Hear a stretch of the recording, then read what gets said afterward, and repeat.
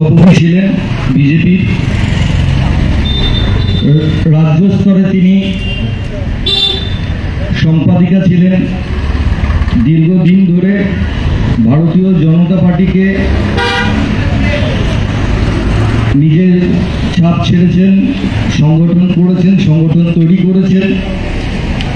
আজকে আমাদের আদর্শের উদ্বুদ্ধ হয়ে, মাননীয় মমতা বন্দ্যোপাধ্যায়ের আদর্শে উদ্বুদ্ধ হয়ে, বাঙালি আবেগকে সম্মান জানিয়ে উনি আমাদের সঙ্গে জয়েন করছেন। সংঘমিত্রা চৌধুরী, তার সাথে রয়েছেন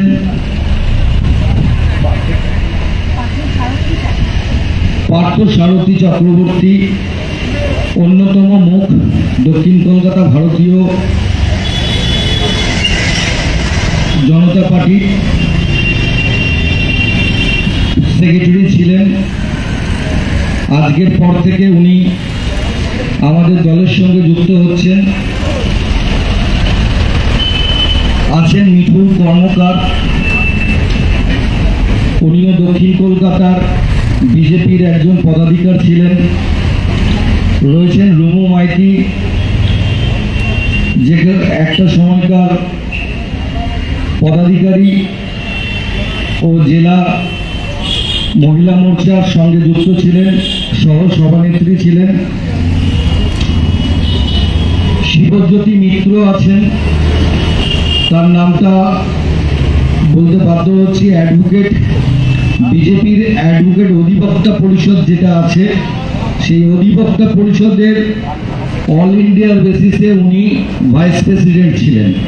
তিনিও বাঙালি আবেগকে সম্মান জানিয়ে মাননীয়ার আদর্শে আদর্শিত হয়ে আজকের এখানে তৃণমূল কংগ্রেসের পবিত্র পতাকা হাতে নিয়ে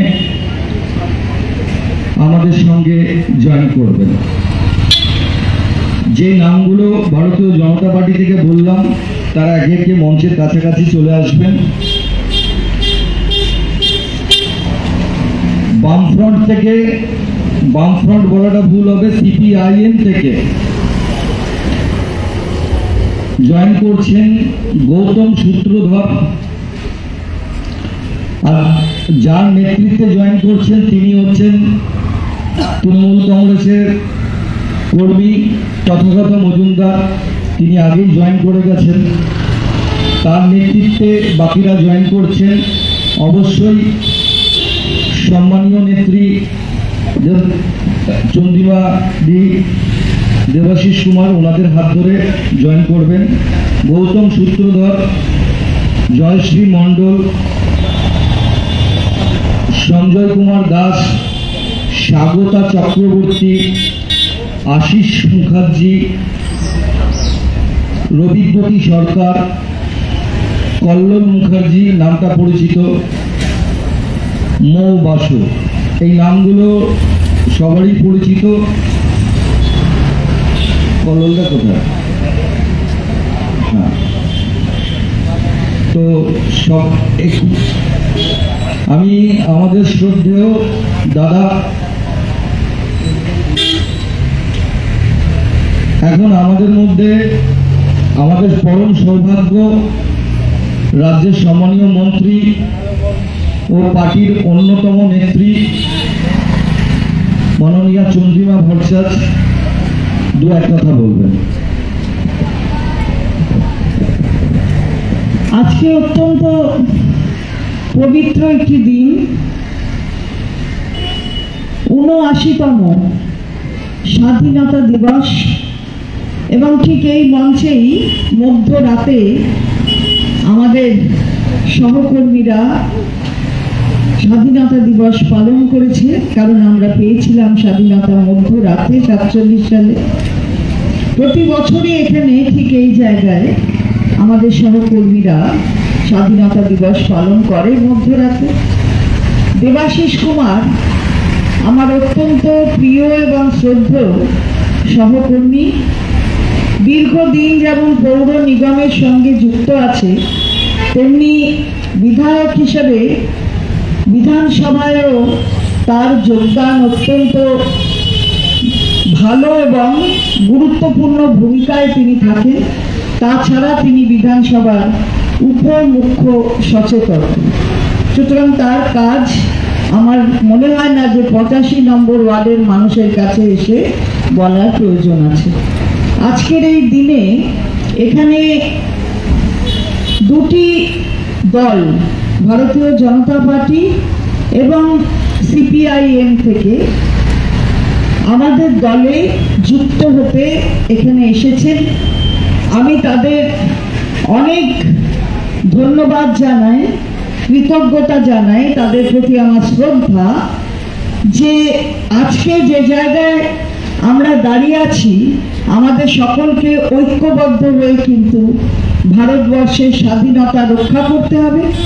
আর ভারতবর্ষের একটি প্রদেশ বাংলা, সেই বাংলার অস্মিতা রক্ষা করতে হবে। সবাই মিলে একসাথে এই কাজ করতে হবে। সবাই আসছেন, এটা আমাদের কাছে অবশ্যই একটা পরম পাওনা। আমরা জানি যে ভারতবর্ষের সংবিধানে বহু দলীয় তন্ত্রের কথা লেখা রয়েছে। এক দল এক তন্ত্র থাকবে তা কিন্তু নয়, বহু দল থাকবে, এটাই নিয়ম, ভারতবর্ষের সংবিধানের নির্দেশ। কিন্তু সেই বহু দল যদি যারা আজকে এসেছেন সেই দলগুলো কিন্তু স্বাধীনতার সঙ্গে যুক্ত ছিল না, স্বাধীনতা সংগ্রামের সঙ্গে যুক্ত ছিল না। আমি তাদের আগের যে দলের সঙ্গে তাদের সংযুক্তি ছিল আমি তাদের অসম্মান করছি না, শুধু এইটুকুন বলছি যে যারা বামপন্থায় বিশ্বাস করেন, সিপিএম বলুন অন্যরা, তারা আজাদি ঝুটা হ্যায় বলেছে। আর ভারতীয় জনতা পার্টির সেই সময় ভারতীয় জনতা পার্টি হিসেবে জন্মই হয়নি। সুতরাং ভারতবর্ষের এই স্বাধীনতার সংগ্রামে তাদের অংশগ্রহণ ছিল না। আজকে যাদের জন্য আমরা স্বাধীনতা পেয়েছি তাদের কিন্তু অসম্মানিত হতে হচ্ছে। আপনারা দেখছেন ভারতবর্ষের জাতীয় সঙ্গীত আমাদের বাংলার মানুষ দিয়েছেন কবিগুরু রবীন্দ্রনাথ ঠাকুর। আমরা মনে করি বাংলায় যারা আছেন অন্য প্রদেশের মানুষ তারাও বাঙালি, বাংলায় থাকা মানেই বাঙালি, আপনার পরিচয় তাই। কবিগুরুর সেই সঙ্গীত, জাতীয় সঙ্গীত, তাকে যদি কেউ ব্রাহ্ম মন্ত্র হিসাবে অভিহিত করে তাহলে বাংলার মানুষ কেন দেশের মানুষও সেটা মেনে নেবেন না। পরেইনি এই গানটার 5টা স্তবক আছে, সেই 5টা স্তবকের মধ্য থেকে প্রথম স্তবকটি গৃহীত হয়েছে আমাদের জাতীয় সঙ্গীত হিসাবে। পুরোটা পড়লেই বোঝা যাবে যে ওটা বাংলায় লেখা নাকি ওটা ব্রাহ্ম মন্ত্র।